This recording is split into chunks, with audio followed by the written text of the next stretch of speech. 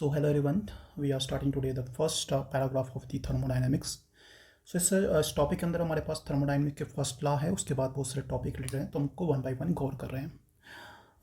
Hope कि ये video आपको बहुत अच्छा लगे और इसमें जो कंटेंट दिया वो आपके लिए एग्जाम के लिए फ्रूटफुल हो। So coming to the first law of thermodynamics, जिसको यहाँ पे जो दिया है वो किसने दिया यहाँ पे, so it was given by Helmholtz and Robert मायर। और ये लॉ अब दिया तो इन दोनों साइंटिस्ट ने है, तो इनको आप याद रखिएगा नहीं रखिए, कोई उतना इंपॉर्टेंट नहीं, बट चलो फिर भी एक बार इनको नाम कभी कभी एग्जाम में आता है तो इसको आप याद रखिएगा। पहला पॉइंट। अब फर्स्ट लॉ को हम दूसरा नाम क्या कहते हैं, तो it is also called law of conservation of energy. ठीक है, एनर्जी कंजर्वेशन लॉ भी कहते हैं इसको, है ना। Energy can neither created nor can be destroyed and one of energy can be converted other form of energy, तो इसको हम law of conservation of energy भी कहते हैं। अब हमारे पास ये लॉ जो है वो क्या बोलता है हमारे पास, अगर इनकी बात करें सिंपल सी यहाँ पे बात करें तो क्या बोलता है, देखो ये कहता है हमारे पास change of, it says change of internal energy, जिसको हम यू से नोट करेंगे या ई से नोट करते हैं, is equal to sum of heat and work. ठीक है, तो जो चेंज ऑफ इंटरनल एनर्जी हमारे पास that is equal to heat and work. अब बेसिकली यहाँ पे हीट और वर्क की बात करते हैं। देखो यहाँ पे जब भी हम थर्मोडायनेमिक्स की बात करते हैं हमारे पास बात होती है सिस्टम प्लस सराउंडिंग की। अब हमारे पास अगर ये थर्मोडायनेमिक्स का एस्पेक्ट है और इसमें भी एक यहाँ पे बॉक्स लेते हैं, ठीक है, बॉक्स के हमारे पास बॉक्स के अंदर जो हमारे पास है वो आपका सिस्टम है, और बॉक्स के बाहर क्या, यहाँ पे बॉक्स के बाहर है सराउंडिंग हमारे पास। This is a part of system and this is part of surrounding. Okay, so अगर सबस्टांस हमारे पास हीट ऐड कर रहा है टू द सिस्टम, अब यहाँ पे जो Q है, अगर हीट ऐड हो रही है टू द सिस्टम, ये हमारे पास हीट ऐड हो रही है सराउंडिंग से, कहाँ पे, टू द सिस्टम, तो हमेशा क्या आएगी, पॉजिटिव आएगी। That's why I have put sign positive here. At the same time work is done on the system, work is done on the system. अगर हम वर्क कर रहे हैं यहाँ पे सिस्टम पे वर्क हो रहा है, कौन कर रहा है, is done by the surrounding on the system is also positive। मतलब जो भी एरो आएंगे टुवर्ड्स सिस्टम वो पॉजिटिव होंगे, और जो भी एरो जाएंगे और टुवर्ड्स द सिस्टम, जैसे मान लो सिस्टम यहाँ पे हीट ट्रांसफर कर रहा है, कहाँ पे हीट दे रहा है, किसको, हमारे पास सराउंडिंग को, तो ये हीट क्या आएगी, नेगेटिव आएगी।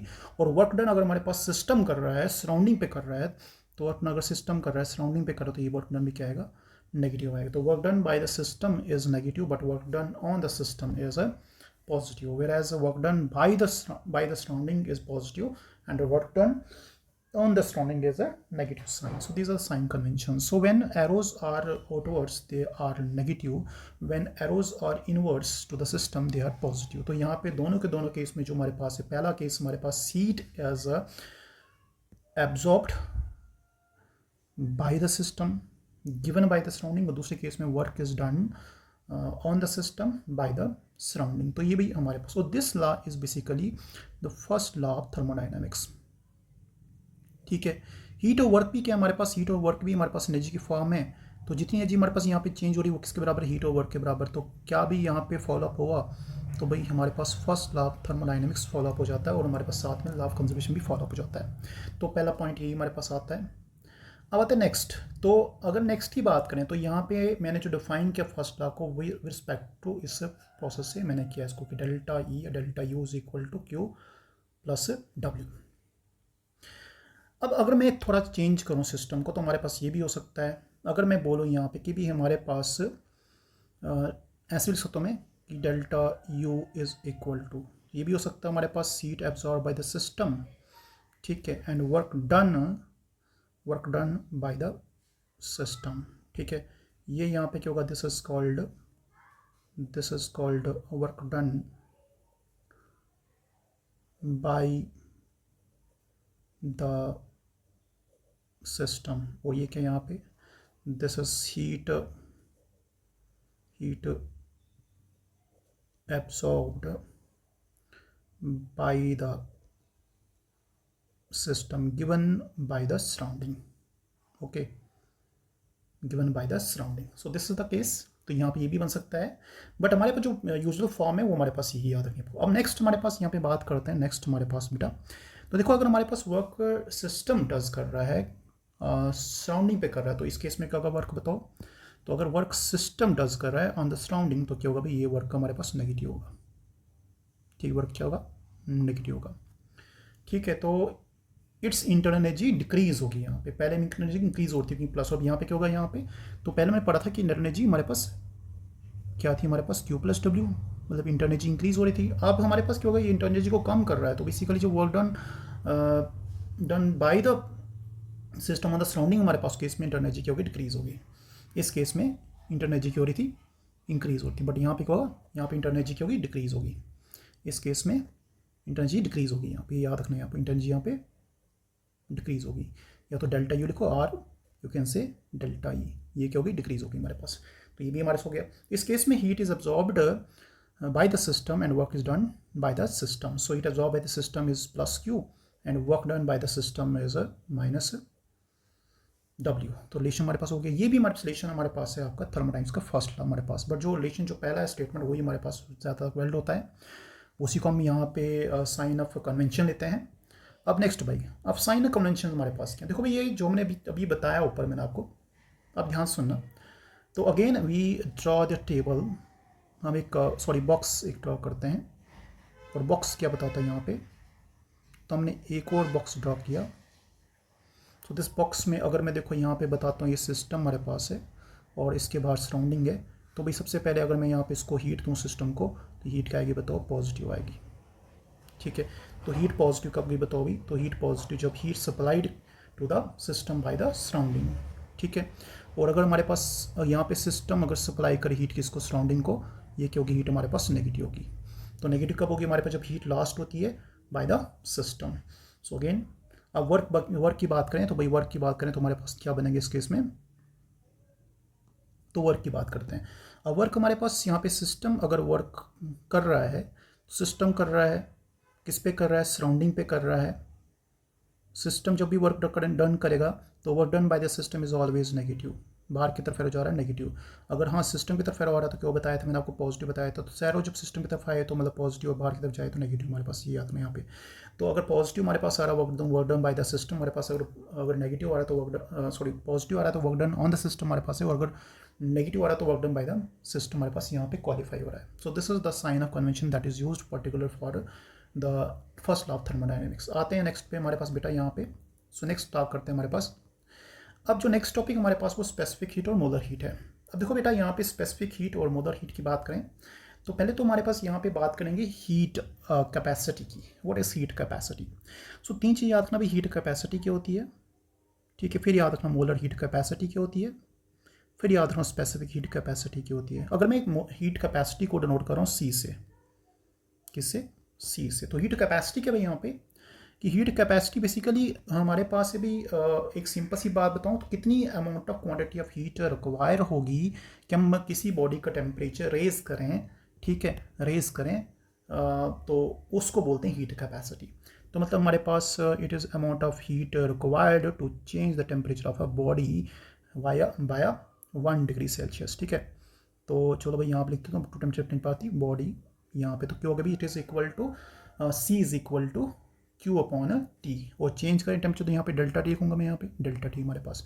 और टेम्परेचर चेंज यहाँ पे होता है थ्रू यूनिट, यूनिट मतलब 1 डिग्री सेल्सियस होता है, 1 केल्विन हो सकता है हमारे पास। ये है भाई आपका हीट कैपेसिटी।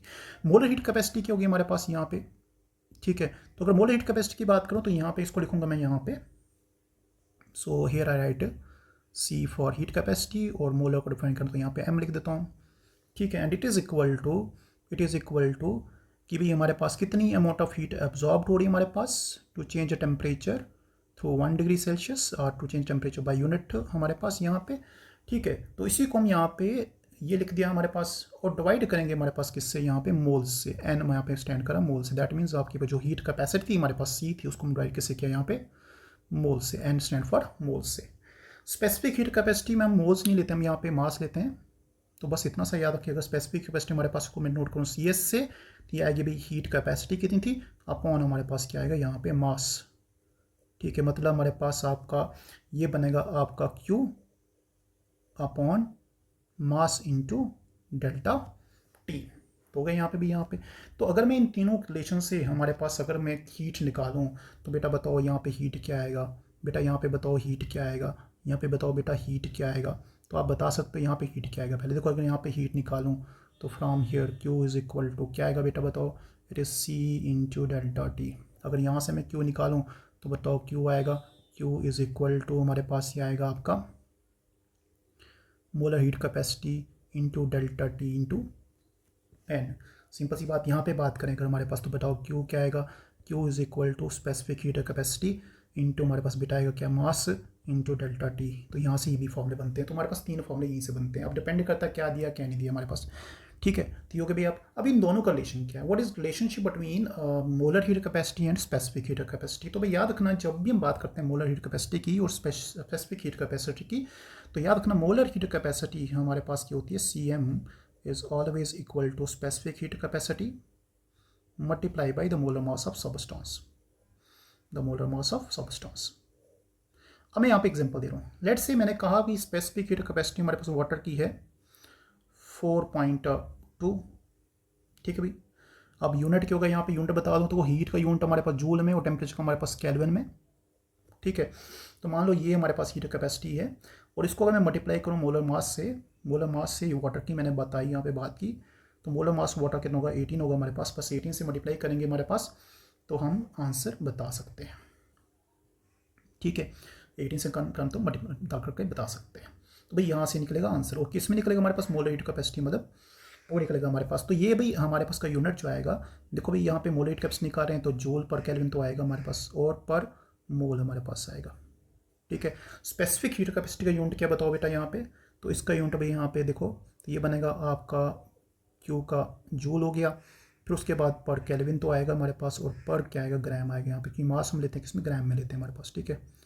मास हम ग्राम में लेते हैं, मोल्स हम यहाँ पे इस तरह से लेंगे। तो इनको मल्टीप्लाई करके हम बता सकते हैं कि वैल्यू हमारे पास क्या आएगी। तो इन दोनों का रिलेशन है। So we can calculate directly, हम यहाँ से स्पेसिफिक हीट कैपेसिटी भी निकालते हैं। बताओ कितनी आएगी, तो आएगी हमारे पास मोलर हीट कैपेसिटी अपॉन ये आएगा मोलर मास। तो हम इससे भी निकाल सकते हैं। तो फॉर्मूले ये डायरेक्टली भी निकालने वाले हैं, वो भी निकाल सकते हैं। तो ईजिली हमारे पास निकल जाएगा हमारे पास, ठीक है। तो डन यहाँ पे। तो ये था भाई हमारे पास हीट कैपेसिटीज़ की बात की मैंने, चाहे वो बात हम करें जूल की बात करें, जूल में निकाल रहे हैं नहीं जी, यहीं पे क्यों किस में निकाल सकते हैं, जूल में निकाल सकते हैं। बट हाँ मास जब लेना तो वहाँ पे किस में लेना है, ग्राम में प्रेफर होगा हमारे पास।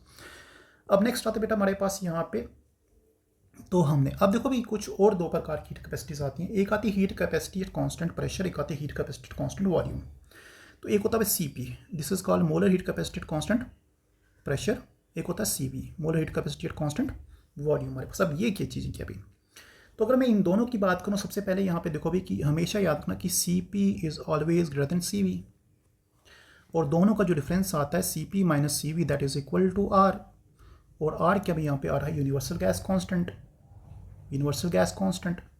तो मतलब इन दोनों का डिफरेंस कितना है, तो R की वैल्यू के बराबर। और R की वैल्यूज़ क्या है भाई यहाँ पे, तो एक अप होता है R की वैल्यू होती है 2 के बराबर भी होती है। R की वैल्यू हमारे पास 8.314 भी होती है, ठीक है। R की वैल्यू हमारे पास और भी हो सकती है। तो ये वैल्यूज़ डिफरेंट यूनिट्स में हम निकाल रहे हैं, ठीक है, कि किस किस में क्या आएगी। तो ये वैल्यू जो आएंगी हमारे पास, सपोज ये कैलोरी में आती है, कैलोरी पर केल्विन पर मोल।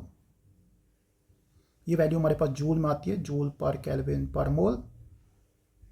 ऐसे हमारे पास ATM में है भी, लीटर में भी, और यहाँ पे तो वैल्यूज़ हमारे पास होती हैं। तो भाई यहाँ पे CP और CV, और इस रिलेशन को CP माइनस CV को इक्वल टू R को हम कहते हैं, relation is called Mayar relation,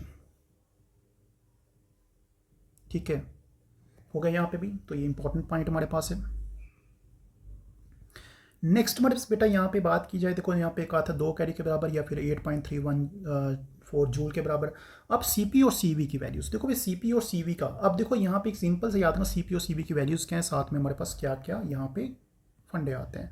तो भाई देखो अगर को सिंपल बता दूँ, हम क्या करते हैं, हम यहाँ पे गैसेस लेते हैं। तो मैंने यहाँ पे ली मोनोटॉमिक गैस, जैसे हमारे पास हीलियम है या फिर हो सकता है यहाँ पे आर्गॉन है, ठीक है। मैंने ली यहाँ पे डायटोमिक गैस, मैंने यहाँ पे O2 लिया। डायटोमिक गैस हो सकता है O2 हो या फिर आपका मान लो कोई और गैस हो, जैसे हमारे पास मान लो क्या कहते हैं इसको N2 हो, डायटोमिक गैस। और मैंने ली यहाँ पे ट्राइटोमिक गैस O3 हो सकती है। और ट्राइटोमिक साथ पॉलीटॉमिक भी ले रहा हूँ यहाँ पे, से मान लो मैंने मीथेन लिया यहाँ पे भी, तो पॉलीटॉमिक हो गया 3 से ज़्यादा जब एटम्स होंगे हमारे पास, पॉलीटॉमिक गैस ली। अब इनके लिए CP और CV की वैल्यू क्या है, तो पहले मैं यहाँ लिखता हूँ CV की वैल्यू इनके लिए, और इस पर CP वैल्यू लिखते हैं, और इनके बाद निकालते हैं रेशो इनका, which is called Poisson ratio. That is the CP upon CV ratio, ठीक है, जिसको हम एटॉमिसिटी से भी रिलेट करेंगे बाद में। तो पहली बात पे देखो, CP की वैल्यू हमेशा छोटी होगी CP की वैल्यू में छोटी होगी C से, CP की वैल्यू बड़ी होगी किससे, CV से। तो अगर मैं यहाँ पे इसको थोड़ा सा यहाँ पे बता दूँ, देखो यहाँ पे वैल्यू जो CP की है पहली गैस के लिए, मोनोटोमिक के लिए, वो आती है बेटा 3/2R, यहाँ पे आती है बेटा 5/2R, तो बड़ी हो गई यहाँ पे भी। नेक्स्ट यहाँ पे आती है बेटा 5/2R, वही रिपीट करें जो हमारे पास CP की थी मोनोटोमिक के लिए, और 7/2R, तो दो का डिफरेंस रखते हैं यहाँ पे। अब ऐसे यहाँ पे 2 का डिफरेंस वो भी लग सकता हूँ मैं, बताओ यहाँ पे क्या आएगी बेटा 7/2R, या फिर हो सकता है यहाँ पे 9/2R। एक चीज़ और बता दूँ, यहाँ पे आप ये भी लिख सकते हो 7/2R, या फिर इसकी जगह पे कुछ और लगा सकते हैं, हाँ लगा सकते हैं, वाई नॉट। अब CP CV का रेशो क्या होगा, तो यहाँ पे 2 कैंसिल, तो अगर CP है हमारे पास 5, तो 5/3 इज इक्वल टू 1.66, ठीक है। यहाँ पे 2R कैंसिल, बचा हमारे पास 5/7, तो 5/7 इज इक्वल टू हमारे पास 1.40, और यहाँ पे 2R कैंसिल, तो बचा हमारे पास 9/7, तो 7 1 ज़ा 7, और 2 बचा हमारे पास, तो ये बचेगा हमारे पास अप्रॉक्सीमेटली 3. हाँ, एक चीज़ याद रखना यहाँ पे, इस वैल्यू और हम यहाँ पे लिख सकते हैं, इसकी जगह आप लिख सकते हैं 7/2 की जगह आप लिख सकते हैं, हमारे पास क्या लिख सकते हैं बेटा यहाँ पे, तो यहाँ पे लिख सकते हैं हम इसको व्हाट वी कैन से 3R, और यहाँ पे लिख सकते हैं हमारे पास क्या बेटा 4R भी लिख सकते हैं। तो अगर 4/3 को भी डिवाइड करता है, 4/3 को भी डिवाइड करता है, वो भी कितना आता है हमारे पास 1.33 आता है, ठीक है। तो ये भी हो सकता है, या फिर इससे यहाँ पे लिखा है इन्होंने 6R और 4R 8R, तो यहाँ पे बचता बेटा, यहाँ से आपको हाफ कर देते, इसको भी हाफ कर देते, तो ये भी हमारे पास आपको पॉसिबिलिटी बन जाती है यहाँ पे। तो ये भी हमारे पास बहुत सारे यहाँ पे सोल्यूशन बन जाते हैं CP और CV की वैल्यू। अब सुनो यहाँ पे, अब जब हमारे पास एटॉमिसिटी 1 थी, जब एटॉमिसिटी हमारे पास 2 थी, जब एटॉमिसिटी हमारे पास 3 थी, तो जब एटॉमिसिटी 1 थी, तो ये यहाँ पे बता रहा हूँ मैं एटॉमिसिटी, यहाँ पे बता रहा हूँ मैं एटॉमिसिटी, नंबर ऑफ एटम्स। तो देखो बेटा, अगर पाइजन रेशो बढ़ता है, तो बेटा उस केस में ये यहाँ पे है, उस केस में एटॉमिसिटी घटती है, और एटॉमिसिटी की बात करें तो एटॉमिसिटी यहाँ पे दी है 1 2 3, और यहाँ पे पाइजन 1 के लिए 1.66, 2 के लिए एटॉमिसिटी बढ़ गई, बट यहाँ पे रेशो कम हो गया, 1.4 के पास में यहाँ पे डिवाइड होके हो गया, और यहाँ पे 9/7 रेशो उसका निकालें तो 1.33 हो गया, तो 3 हो गया, मतलब एटॉमिसिटी यहाँ पे बढ़ गई। अगर मैं सिंपल बताऊँ यहाँ पे, तो ये आपको यहाँ पे बता सकते हैं। तो बेटा यहाँ पे बहुत इंपॉर्टेंट है, अब आपको सिंपल बताना, अगर पूछा एटॉमिसिटी के बारे में, अगर पूछा एटॉमिसिटी, जैसे मान लो यहाँ पे बताया मीथेन, इसके एटॉमिसिटी ज़्यादा है, फिर मैंने बताया यहाँ पे let's say what we can say nitrogen, फिर बताया मैंने यहाँ पे सपोज आपका जिनान, बट अगर पूछा है पाइजन रेशो, तो पाइजन रेशो उल्टा होगा, जिनान, फिर आएगा हमारे पास नाइट्रोजन, और फिर आएगा हमारे पास यहाँ पे क्या बेटा मीथेन आएगा। तो भी यहाँ पे पहला पार्ट कि हमने CP CV को निकाला, साथ में इनके रिलेशन बता दी, और ये जो इंपॉर्टेंट वैल्यूज हैं, these are very very important for exam purpose. तो ये सारा आपको टेबल याद रखना है, किसके लिए, एग्जाम पर्पस के लिए इंपॉर्टेंट एस्पेक्ट बन जाता है। नेक्स्ट आते बेटा यहाँ पे प्रॉब्लम्स पे आते हैं इसकी। So next we are coming to problems. So problem based upon this, और यहाँ पे प्रॉब्लम जो लिए हैं वो स्पेसिफिक हीट और मोलर हीट की बात हमने की, तो स्पेसिफिक हीट की बात यहाँ पे की। अब कॉपर की स्पेसिफिक हीट दी है यहाँ पे कितनी दी है, तो इट इज गिवन एज 0.385, ठीक है, जूल पर ग्राम पर kg, और आपको पता स्पेसिफिक हीट मैंने नोट की थी से CS से, वो कितनी दी हमारे पास, वो दी है हमारे पास आपकी 0.385 जूल पर केल्विन पर ग्राम, ठीक है। And you know the formula is it is Q upon mass into delta T, ये फॉर्मूला था इसका, किसका, स्पेसिफिक हीट का। आपको निकाली मोलर हीट किसकी, कॉपर की। तो भाई सिंपल सी बात पड़ी थी, molar heat of the copper is equal to specific heat multiply by molar mass. अब मोलर मास किसका निकालेंगे, कॉपर का निकालेंगे, तो स्पेसिफिक हीट हमारे पास भी 0.385 इंटू मोलर मास बेटा हमारे पास कितना, ये है 63.5 कॉपर का। तो जब दोनों को मल्टीप्लाई करेंगे हमारे पास बेटा आंसर यहाँ पे आता है 24.425, ठीक है। और ये होगा भाई यहाँ पे यूनिट भी चेंज होगा, क्योंकि हम निकाल रहे हैं मोलर हीट कैपेसिटी, तो यूनिट क्या होता है उसका, जूल पर केल्विन पर मोल। ये रहा इसका आंसर, ठीक है। तो बहुत सिंपल सी बात यहाँ पे की है, सिंपल सा क्वेश्चन हमारे पास दिया हुआ है, आप इसको जरूर ट्राई कीजिए क्वेश्चन को। अब नेक्स्ट आता हूँ यहाँ पे क्वेश्चन नंबर 2 पे आते हैं। The question number 2 is some time they will ask you question of different type. अब यहाँ पे कहा हीट कितना रिक्वायर होगा, आपको निकालना, क्यू निकालना आपको। तो मैंने क्यू भी आपको बताया, फॉर्मूले 3 फॉर्मूले बताए, क्यू के भी मैंने आपको। रिक्वायर टू रेज 200 ग्राम, तो मास भी दिया हमारे पास यहाँ पे, ये दिया मास हमारे पास, तो मास हमारे पास 200 ग्राम दिया हुआ है, ठीक है। तो ये हीट हमें निकालना है, मास हमारे पास 200 ग्राम हमारे पास दिया हुआ है और ग्राम में हमें मास चाहिए हमारे पास, ठीक है। ऑफ वाटर की बात की है, और रेज का टेम्परेचर कहाँ से बेटा, टेम्परेचर का 25 से लेकर कहाँ तक बेटा 80 तक। दैट मीन्स हमारे पास डेल्टा टी जो है वो क्या होगा हमारे पास 80 minus 25 is equal to 55 degree Celsius होगा हमारे पास। तो 55 डिग्री सेल्सियस हो सकते हैं, फिर कैलोरी में निकालें तो 55 कैलोरी होगा, क्योंकि यहाँ पे आप टेम्परेचर डिफरेंस है तो उसमें कैलोरी और डिग्री सेल्सियस बराबर आएगा, है, ठीक है। और ही स्पेसिफिक हीट कैपेसिटी वाटर की कितनी भाई यहाँ पे 4.2, ठीक है। एवरेज को लेता हूँ मैं कितना 4.2 जूल पर केल्विन पर ग्राम, बस आपको निकालना है क्यों निकालना। तो बेटा देखो आपने पढ़ा था स्पेसिफिक हीट कैपेसिटी की बात की थी, तो ये बना था हमारे पास Q upon delta T into M. अब मुझे यहाँ से अब Q निकालना है, तो Q is equal to C M into delta T into M, बस लगाओ वहाँ पे वैल्यू।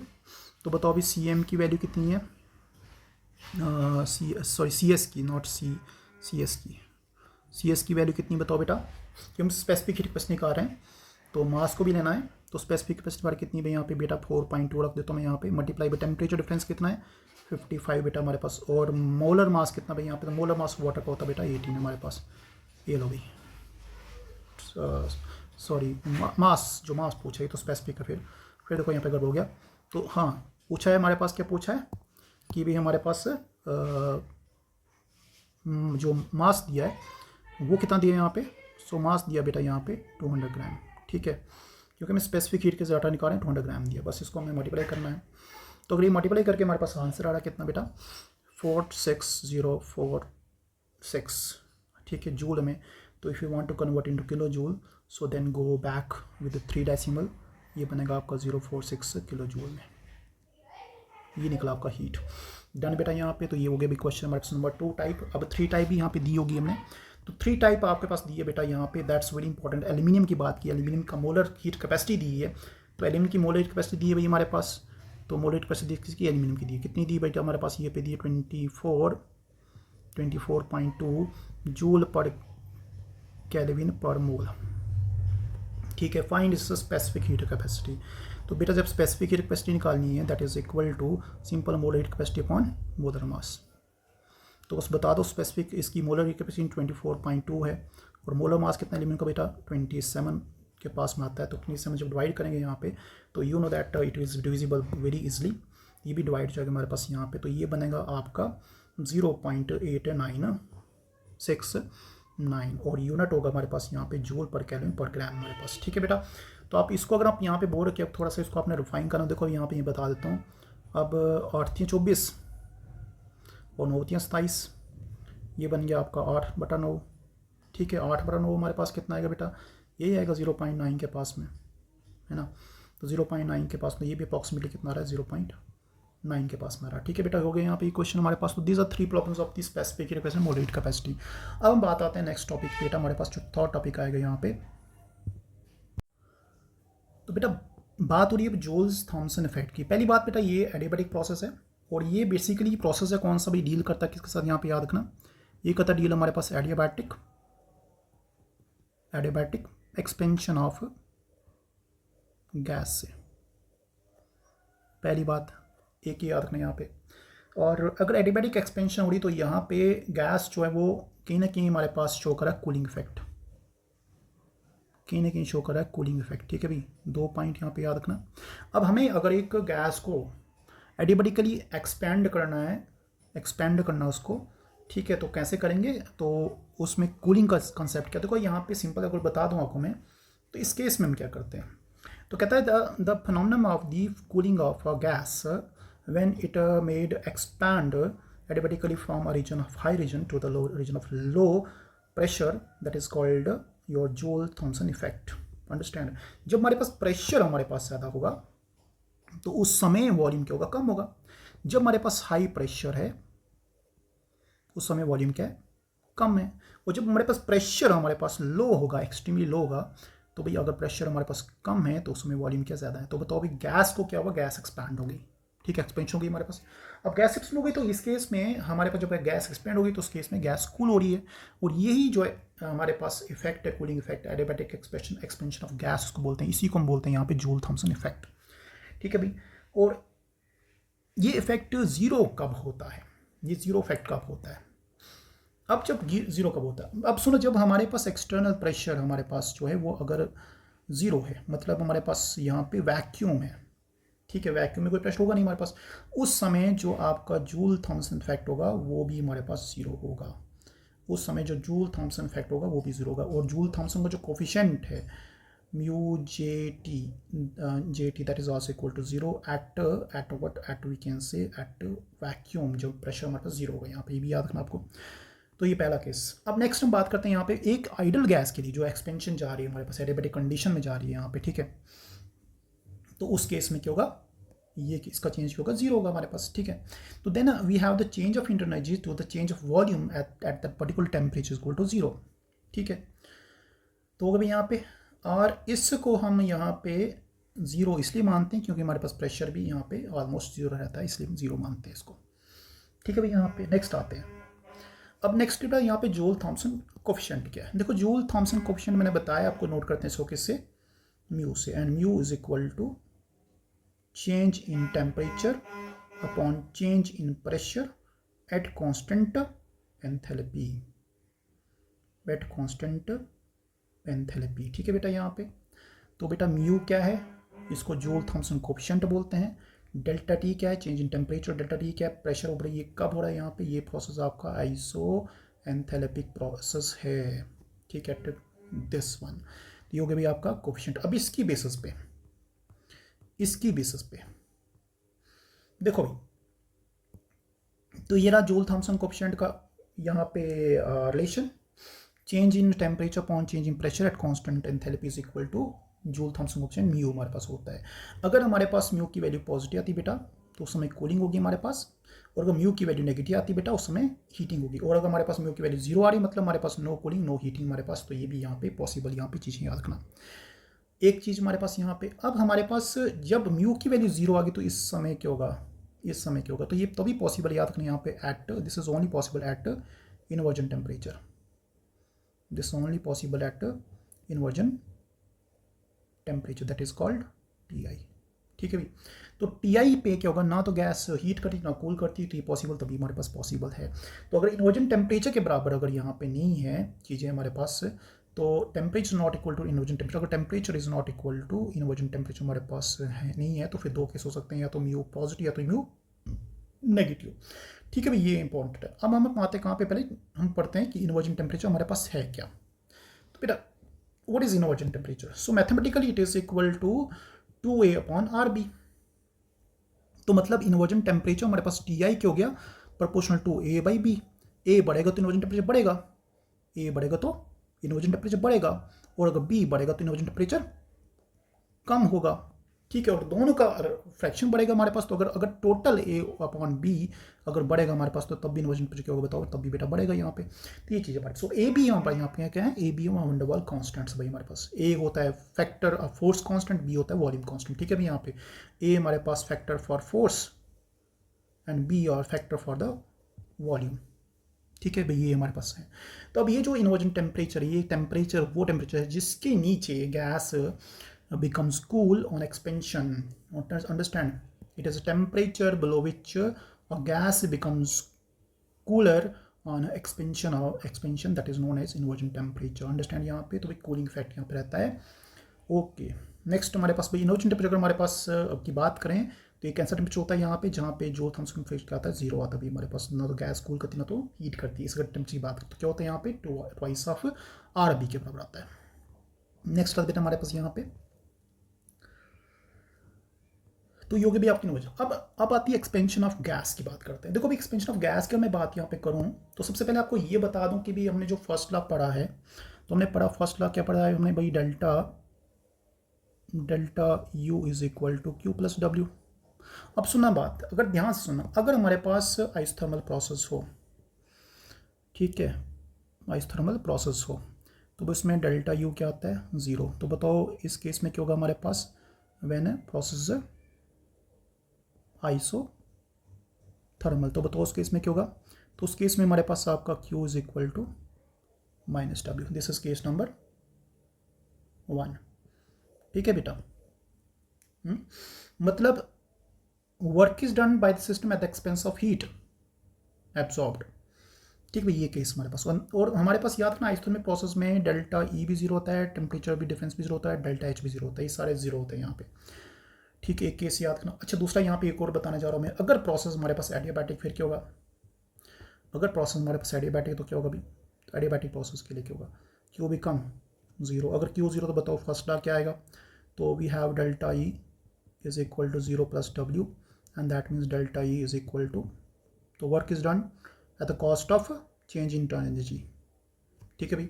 अगर प्रोसेस आइसोबैरिक है, D P is equal to zero isobaric है, तो उस केस में क्या होगा बताओ बेटा? तो उस बेस में हमारे पास आपका जो सेम वर्क डन आएगा, या हम बात करें यहाँ पे, तो यहाँ पे कभी भी आपका वर्क डन जीरो के बराबर नहीं होता। ठीक है, ये भी याद रखना यहाँ पे।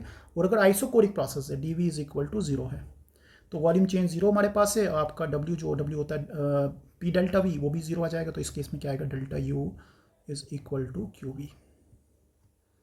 तो इस केस में आपका वर्क क्या आएगा? वर्क आपका जीरो आएगा। इस केस में वर्क क्या आएगा? आपका जीरो आएगा। ठीक है, तो ये हो गया भी आपका वन केस। तो मतलब सबसे ज़्यादा जो वर्क होता है वहाँ पर आइसोबैरिक प्रोसेस में होता है, ये भी याद रखना। उसके बाद कहीं आता है आपका एडियाबैटिक प्रोसेस में होता है। फिर आता हमारे पास आपका आइसोथर्मल प्रोसेस में सबसे कम होता है आइसो वर्क में। यहाँ पे देखो अभी बता रहा हूँ, तो सबसे ज़्यादा वर्क की बात करें, वर्क होता है सबसे ज़्यादा कहाँ पे? आइसोबैरिक में होता है। उसके बाद आता बेटा यहाँ पे आइसोबैरिक में तो सबसे ज़्यादा होता है, यहाँ पे वर्क जीरो के बराबर नहीं होता। उसके बाद आता बेटा यहाँ पे एडियाबैटिक में होता है, तो वर्क एडियाबैटिक में होता है। ठीक है, उसके बाद होता बेटा हमारे पास कहीं ना कहीं आइसोथर्मल प्रोसेस में। आइसोथर्मल वो सबसे कम होता है बेटा, कहाँ पे? जीरो के बराबर आता है, वो कहाँ पर आता है? आइसोकोर में। ये वर्क डन की परिभाषा है यहाँ पे। ठीक है, ऑर्डर है डिक्रीजिंग ऑर्डर। तो हो गई यहाँ पे भी। नेक्स्ट आते हैं हमारे पास अब टॉपिक पे। अब जो हमारे पास आइसोथर्मल प्रोसेस है, उसके अंदर दो प्रोसेस आते हैं, एक रिवर्सिबल आता है, एक आता है इरिवर्सिबल। तो रिवर्सिबल वर्क डन कैसे निकालें? इसका फॉर्मूला सिंपल याद रखना। रिवर्सिबल वर्क डन का फॉर्मूला क्या होता है बेटा? तो वर्क इज इक्वल टू, अगर रिवर्सिबल वर्क डन हो रहा है तो क्या आएगा बेटा यहाँ पे? इट इज माइनस 2.303 एन और T log V2 by V1। ये होगा भाई आपका वर्क डन। किस केस में बेटा? हमारे पास जब केस होगा हमारे पास आइसोथर्मल और रिवर्सिबल एक्सपेंशन होगा भाई। ये हमारे पास इन टर्म्स ऑफ प्रेशर, तो हमें पता कि भी जो आपका वॉल्यूम फैक्टर हमारे पास होता है। अच्छा, इन टर्म्स ऑफ प्रेशर क्या आएगा बेटा यहाँ पे? तो इन टर्म्स ऑफ प्रेशर हमारे पास आएगा -2.303। ठीक है, एन और टी लॉग आएगा हमारे पास आपका P1 बटा P2। ठीक है बेटा। इरिवर्सिबल वर्क डन क्या होता है यहाँ पे? तो याद रखना रिवर्सिबल वर्क। तो रिवर्सिबल वर्क डन, इरिवर्सिबल कैसे निकालते हैं हमारे पास? That is equal to minus P external pressure V2 minus V1। ये होगा भाई आपका कौन सा? Irreversible work done. ठीक है, तो ये यहाँ पे चीज़ें हमारे पास दोनों के दोनों आती हैं। तो देखो भाई यहाँ पे दिखा देता हूँ मैं। तो एक हमारे पास हो गया भाई रिवर्सिबल वर्क डन, एक हो गया हमारे पास आपका रिवर्सिबल वर्क डन। ठीक है, तो अब ये दो चीज़ें यहाँ पे याद रखना। अगर देखो यहाँ पे एक्सपेंशन हो रही तो वर्क डन नेगेटिव आएगा, और अगर कंप्रेशन हो तो वर्क डन पॉजिटिव आएगा। ये भी आपको याद रखना यहाँ पे। अब आते हैं रिवर्सिबल वर्क डन पे आते हैं। तो रिवर्सिबल का फॉर्मूला बता दिया आपको, P external minus V2 minus V1। तो ये केस रहता है हमारे पास कहाँ पे? आपके इंटरनल रिवर्सिबल वर्क डन में। तो ये क्लियर है भाई आपको? तो ये था आपका फॉर्मूला। अब आता बेटा यहाँ पे एडियाबैटिक वर्क डन। देखो एडियाबैटिक वर्क डन भी दो प्रकार का है। एडियाबैटिक मतलब आपकी क्यू सप्लाई नहीं हो रहा, और सिस्टम जो है उसमें ना तो हीट लॉस हो रही है, ना तो इसमें हीट गेन हो रही है, मतलब क्यू इक्वल टू जीरो हमारे पास। उस केस में क्या होंगे? इसमें भी दो प्रोसेस होते हैं बेटा यहाँ पे। तो अगर मैं दोनों प्रोसेस की बात करें, रिवर्सिबल की बात करें पहले, तो रिवर्सिबल रेशियो में क्या होता है भाई? जो देखो P मल्टीप्लाई बाई V और Poisson ratio is equal to constant. एक ये कॉन्स्टेंट याद रखना यहाँ पे। ठीक है, ठीक है भाई यहाँ पे। तो एक ही आपने कांस्टेंट याद रखा भाई यहाँ पे कि आपका क्या बताया मैंने? आपका बताया पी वी रेज पर gamma is equal to constant reversible के लिए। दूसरा भाई यहाँ पे याद रखना, अगर टेम्परेचर वॉल्यूम को लें, temperature volume is equal to gamma -1 is also constant. दो चीज़ें। थर्ड यहाँ पे एक और याद रखना है आपको, एंड दैट बिकम्स, वो क्या होगा हमारे पास? पी वी की टर्म है ना, बचा ना, सॉरी टी पी की टर्म में। तो टी पी की टर्म में क्या होगा भाई? टी रेज पर गामा, और हमारे पास आएगा ये 1 minus gamma, that is always equal to constant. ये रखना है भाई तीन टर्म कहाँ पे? ये रखना अपने एडियाबैटिक प्रोसेस के लिए।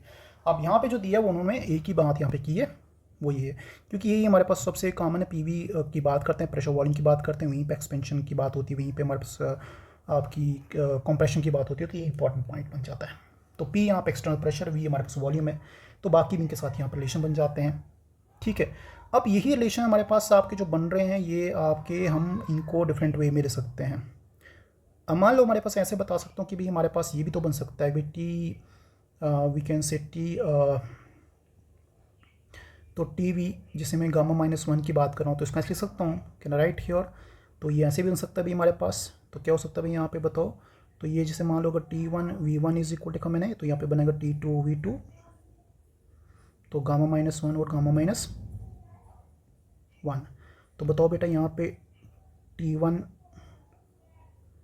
अपॉन T2 क्या आएगा, तो T1 अपॉन T2 जो हमारे पास आएगा बेटा यहाँ पे, अगर मैंने इसको यहाँ पे लिया, तो आएगा आपका V2 बटा V1, ऊपर पावर क्या रहेगी गामा -1।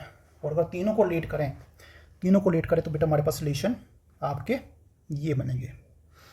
ठीक है, रिलेशन आपके ये बनेंगे। तो एक फॉर्मूला आपका यहाँ से निकल सकता है बेटा, बाकी फॉर्मूले सारे ऐसे बना दो आप, ऐसे आप ये बाकी कन्वर्ट कर दो, चाहे वो टीपी क्या है, चाहे वो जिसका भी हमारे पास यहाँ पे रिलेशन होता है, सब के सब यहाँ पे यूज़ कर सकते हैं रिलेशन बेटा हमारे पास। तो अगर हमें एक चीज़ पता दूसरे में निकाल सकते हैं, इसी को मैं उल्टा भी लिख सकता हूँ। यहाँ पे T1 पहले लिखा अपॉन T2 लिखा इज इक्वल टू क्या होगा बताओ बेटा, V2 अपॉन V1, और फॉर्मूले के ऊपर क्या आएगा यहाँ पे पावर गामा -1 लिख सकता हूँ। तो ये यहाँ से भी आपके क्वेश्चन बन सकते हैं। ठीक है, गामा पॉइसन रेशियो हमारे पास है। अब यहाँ पे एक छोटा सा क्वेश्चन हमारे पास दिया है, रिवर्सिबल एडियाबैटिक एक्सपेंशन की बात कहाँ पे कर रहा है। तो डायटोमिक गैसेस के लिए पॉइसन रेशियो दिया कितना, 1.4, यही होता है हमारे पास वैल्यूज की। ठीक है बेटा, तो दूसरी बात यहाँ पे n दिए हैं, 2 मोल्स दिए हैं, n is given 2 moles. T1 जो हमारे पास दिया वो बेटा हमारे पास दिया है 400, और P1 दिया है बेटा हमारे पास यहाँ पे आपका 5 ATM, और वहीं पे बात करें आपका P2 दिया है 1 ATM। तो इनका आपने रिलेशन निकालना है। सबसे पहले देखो यहाँ पे T और P की बात की है, तो T और P की बात की है, तो मैंने आपको बताया था T और P में रिलेशन क्या होता है। तो देखो भाई T और P में रिलेशन क्या होता है, तो T का पावर पॉइसन रेशो, और P में क्या था बेटा यहाँ पे 1 माइनस पॉइसन रेशो, ये मैंने बताया था ऊपर, that is equal to constant. ठीक है, तो अगर इसको मैं मॉडिफाई करूँ तो ऐसे लिख सकता हूँ पहले इसको मैं, जैसे मान लो अगर मैं T1 P1 लिखा मैंने, that is equal to T2 P2, ऐसे बना देता हूँ। फिर बताओ बेटा यहाँ से अगर मैं T2 निकालूँ तो T2 अपॉन T1 क्या आएगा बताओ बेटा। तो पहले ऐसे बता देता हूँ, आपको ऊपर से बता देता हूँ, यहाँ पे रुको, सीधा स्टेप करके बता देता हूँ। तो बताओ बेटा यहाँ पे अगर मैं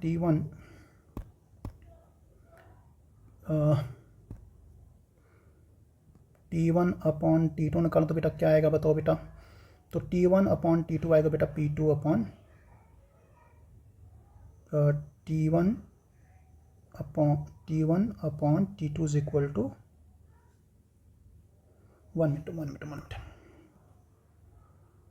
इसको सीधा यहीं से बता देते हैं। अच्छा, ये गामा -1 इसका रिलेशन कैसे बनाए, तो यहाँ पे बेटा क्या आएगा आपका T2 upon T1 is equal to P2 upon P1, ऐसा आएगा यहाँ रिलेशन। तो अब एक था गामा, इनका था गामा पावर, और इनका था 1 माइनस गामा, दोनों को कंबाइन करके हम अगर करें तो दोनों को कंबाइन करके हमारे पास आएगा क्या बेटा, T2 upon T1 gamma -1 upon gamma आएगा। ठीक है बेटा, गामा -1 अपॉन गामा आएगा। ठीक है, तो ये हमारे पास आपका रिलेशन बन जाता है। तो अब यहाँ से मुझे बस ये फॉर्मूला यूज़ करना है। अब इस फॉर्मूला यूज़ करते हैं हमारे पास, तो लगा देते हैं वैल्यू बेटा। तो सबसे पहले एक फॉर्मूला यहाँ पे यूज़ करेंगे, फिर हमारे पास हमें यहाँ पे जो दिया हुआ है हमें बोला निकालने को इसने, T2 पहले निकालते हैं। तो पहले T2 निकालते हैं बेटा। तो देखो भाई T2 निकालना है, T1 की वैल्यू दी हमारे पास कितनी 400 दी है, P1 दिया बेटा हमारे पास आपका सॉरी P2 दिया आपका 1 अपॉन 5। तो हमने क्या लिखा यहाँ पे, हमने लिखा 400 1/5 की पावर। अब ये सॉल्व करके आया कितना बेटा 0.2857। ठीक है, और उसको हम सॉल्व करें, ये बनता है हमारे पास 2.55 K बनता है। हो गया यहाँ पे। तो ये हमारे पास, अब हमें V1 निकालना है, तो V1 भी निकाल सकते हैं, V2 भी निकाल सकते हैं। अच्छा, V1 कैसे निकले? दो भाई पढ़ा फॉर्मूला एक पढ़ा, PV = nRT पढ़ा हुआ पढ़ा ना। और अगर मैं यहाँ से V निकालूँ तो क्या होगा, nRT/P। अगर V1 निकाल रहे हैं तो आपके बाकी क्या होंगे, बाकी आपके भी 1 1 होंगे। और अब V2 निकाल रहे हैं तो बाकी भी क्या होंगे बेटा, nRT/P2। तो एक में आपने P1 प्रेशर लेना, दूसरे में आपने लेना है P2 प्रेशर। तो बस यहाँ पे आपका V1 आ रहा है 13.129 आ रहा है, और आपका V2 आ रहा है 41.48। तो बस आपने वर्क डन निकालना है यहाँ पे। अब प्रोसेस हमारे पास यहाँ पे बेटा है, तो उसमें वर्क डन कैसे निकलेगा? तो सिंपल यहाँ पे फॉर्मूला ये भी लगा सकते हैं कि work done is equal to N CV, then temperature हमारा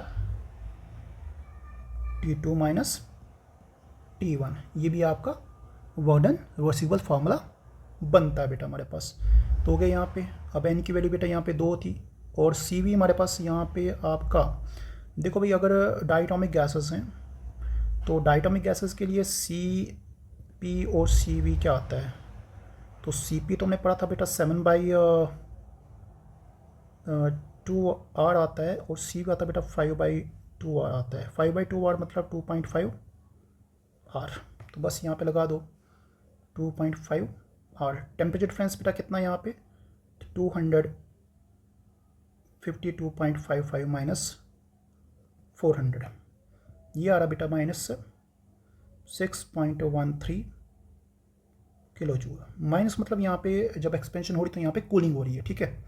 तो ये भैया आपका इरिवर्सिबल का फॉर्मूला सेम ही ऑलमोस्ट वहाँ पे जैसे हमने ऊपर किया था, वही P external V2 minus V1। बस यहाँ पे V2 की वैल्यू लगा दो, और साथ में तो you know that V2 is equal to, V हमने पूरा निकाला, तो V2 इज इक्वल टू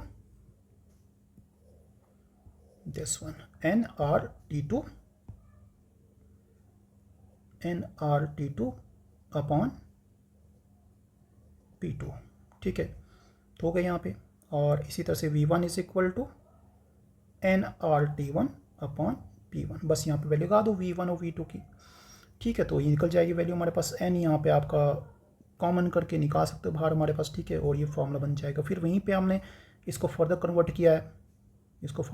किया है, तो ये बन गया है आपका यहाँ से सोल्यूशन हमारे पास, ठीक है। तो ये हो गया भाई फॉर्मूला आपका कहाँ पे यूज़ होता है, ये होता है एडियाबैटिक प्रोसेस में।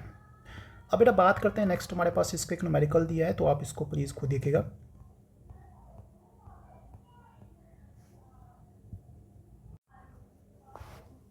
तो ये बेटा डन। अब बेटा प्रोसेस स्पॉन्टेनियस क्या होता है और नॉन स्पॉन्टेनियस प्रोसेस क्या होता है? देखो स्पॉन्टेनियस प्रोसेस वो होते हैं जो सारे के सारे प्रोसेस क्या आते हैं, इरिवर्सिबल आते हैं, ठीक है, नेचुरल आते हैं। और ये क्या होता है भाई, यहाँ पे ये प्रोसेस हमारे पास आपके वी कैन से अगर बात करें तो जितने भी प्रोसेस हमारे पास हैं बेसिकली वो नेचुरल नहीं होते, उनको हमें क्या करना पड़ता है, एनर्जी देनी पड़ती है। तो अगर मैं बात करूँ spontaneous non spontaneous process, spontaneous कैसे बता दूँ यहाँ पे मैं, तो जैसे मान लो मैंने मिक्सिंग ऑफ गैसेस किया, तो दैट्स अ स्पॉन्टेनियस प्रोसेस, ठीक है। हीट फ्लो कर रही है हॉट से कोल्ड पे, तो भी स्पॉन्टेनियस प्रोसेस है, ठीक है। बट अगर मुझे उल्टा करना है, मुझे हीट को फ्लो करना है कोल्ड से हॉट की तरफ, तो ये प्रोसेस क्या बनेगा बताओ, नॉन स्पॉन्टेनियस। और यहाँ पे मुझे क्या लगेगी, एक्सटर्नल एनर्जी लगेगी हमारे पास। अब लास्ट बेटा टॉपिक यहाँ पे है बॉन्ड एंथैल्पी। देखो बॉन्ड एंथैल्पी हमारे पास होती है कि बॉन्ड को ब्रेक करने के लिए एनर्जी कितनी यूज़ होती है। अगर ये दो प्रकार की होती बॉन्ड डिस्ट्रीब्यूशन एनर्जी होती है बेटा जब जिसमें हम बात करते हैं एक मॉलिक्यूल है, मॉलिक्यूल में हमने इसको तोड़ना है बॉन्ड को, तो जब मॉलिक्यूल कन्वर्ट करता है गैस फेज में, ठीक है, जब प्रोडक्ट बन के गैस फेज बने तो उसको बोलते हैं यहाँ पे बॉन्ड डिस्ट्रीब्यूशन एनर्जी बोलते हैं, ठीक है भाई। हमारे पास जब एक मोल कोवेलेंट बॉन्ड को हम तोड़ें गैसेस कोवेलेंट बॉन्ड को ब्रोक करके वो प्रोडक्ट भी गैस स्ट्रीम, जिसको बोलते हैं बॉन्ड डिस्ट्रीब्यूशन एनर्जी बोलते हैं। एक होता मीन बॉन्ड एंथैल्पी क्या होता है बेटा, अब इसमें हम क्या करते हैं, हर बॉन्ड को, जैसे मान लो पॉलीटॉमिक मॉलिक्यूल है, जैसे यहाँ पे CCl4 है, ठीक है, CCl4 है। अब ये बॉन्ड तोड़ी, इसकी एनर्जी अपनी, इसकी एनर्जी अपनी, इनकी सबकी एवरेज निकालते हैं, तो एवरेज निकालते हैं एनर्जी पॉलीटॉमिक मॉलिक्यूल में जो एनर्जी निकालते हैं एवरेज करके, और हर बॉन्ड की तौर को बोलते हैं मीन बॉन्ड एंथैल्पी। अब ये डिपेंड करता है एंथैल्पी से भाई साइज पे डिपेंड करता है, इलेक्ट्रोनेगेटिव पे डिपेंड करता है, बॉन्ड लेंथ पे डिपेंड करता है, और डिपेंड करता है इस पे नंबर ऑफ बॉन्डिंग इलेक्ट्रॉन्स पे डिपेंड करता है, ठीक है। देखो बॉन्ड एंथैल्पी, तो सबसे पहले अगर हमारे पास मान लो अगर मॉलिक्यूल का साइज़ बढ़ जाए ठीक है, तो बॉन्ड डिस्ट्रीब्यूशन एनर्जी क्या होगी, कम होगी।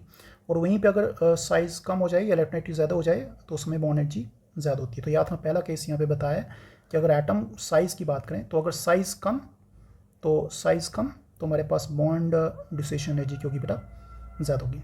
अगर इलेक्ट्रोनेगेटिविटी हमारे पास ज़्यादा तो बॉन्ड डिस्ट्रीब्यूशन एनर्जी की होगी बेटा वो भी ज़्यादा होगी। नेक्स्ट हमारे पास बेटा यहाँ पे बात करते हैं, हमारे पास इलेक्ट्रोनेगेटिव बिहेवियर की भी बात की यहाँ पे। तो यहाँ पे नाइट्रोजन है, यहाँ पे ऑक्सीजन, यहाँ पे फ्लोरीन है, fluorine is more electronegative that's why it's high. और यहाँ पे आपका nitrogen that's least negative that is high, that is having low value. जैसे से बॉन्ड बढ़ते हैं हमारे पास वैसे इलेक्ट्रोनेगेटिव बढ़ती है। हमारे पास यहाँ पे आपका sp करेक्टर है बेटा, यहाँ पे आपका sp2 करेक्टर, यहाँ पे बेटा sp3 करेक्टर। तो जैसे जैसे आपका s करेक्टर बढ़ेगा तो उस तरह से भी बॉन्ड डिस्ट्रीब्यूशन एनर्जी बढ़ती है हमारे पास, क्योंकि s करेक्टर से बढ़ने से हमारे पास इलेक्ट्रोनेगेटिव करेक्टर भी बढ़ता है हमारे पास। तो यहाँ पे थोड़ी सी आपको केमिकल मॉर्निंग का यूज़ भी करना है। तो अब यहाँ पे दिखाया है बेटा बॉन्ड कैसे टूटते हैं, और जब बॉन्ड डिस्ट्रीब्यूशन एनर्जी निकालते हैं उस केस में क्या करते हैं हम करते हैं sum of the enthalpies of product, ठीक है, sorry reactant, sum of enthalpies of reactant minus sum of enthalpies of product. ये फॉर्मूला यहाँ पे याद रखना जो भी हम निकालते हैं बॉन्ड डिस्ट्रीब्यूशन एनर्जी का, ठीक है भाई। नेक्स्ट हमारे पास आता बेटा यहाँ पे किरचॉफ्स इक्वेशन। तो बेटा किरचॉफ इक्वेशन हमारे पास क्या है यहाँ पे, ये है change of enthalpy upon change of time. अगर आप रिस्पेक्ट कर रहे हो किसमें, सीपी की टर्म में कर रहे हो, तो पहला फॉर्मूला याद रखना, delta CP change in heat capacity at molar heat capacity at constant pressure is equal to change in enthalpy upon change in temperature, and change in molar heat capacity at constant volume is equal to change in internal energy that is delta U upon delta T। ये भी होगी आपकी कौन सी, Kirchhoff equation. इसी तरह से आती है बेटा क्लासेस क्लेपॉन इक्वेशन आती है which is similar to that of equation जो हमारे पास हमने पढ़ी थी एनीस इक्वेशन। उसी तरह बस वहाँ पे यहाँ पे फ़र्क क्या बेटा, यहाँ पे फ़र्क क्या, आपका डेल्टा H लगा है, वहाँ पे आपका इक्वेशन एनर्जी होता है, यहाँ पे आपका क्या होता है enthalpy change at constant volume रहता है हमारे पास, बाकी और कुछ एट वेपराइजेशन रहता है। तो यहाँ पे बाकी कोई चेंज है नहीं। That's all for today. तो बाकी जो इसके न्यूमेरिकल एस्पेक्ट है बेटा मैं नेक्स्ट सीरीज में ले आऊँगा। Thank you so much for watching this video.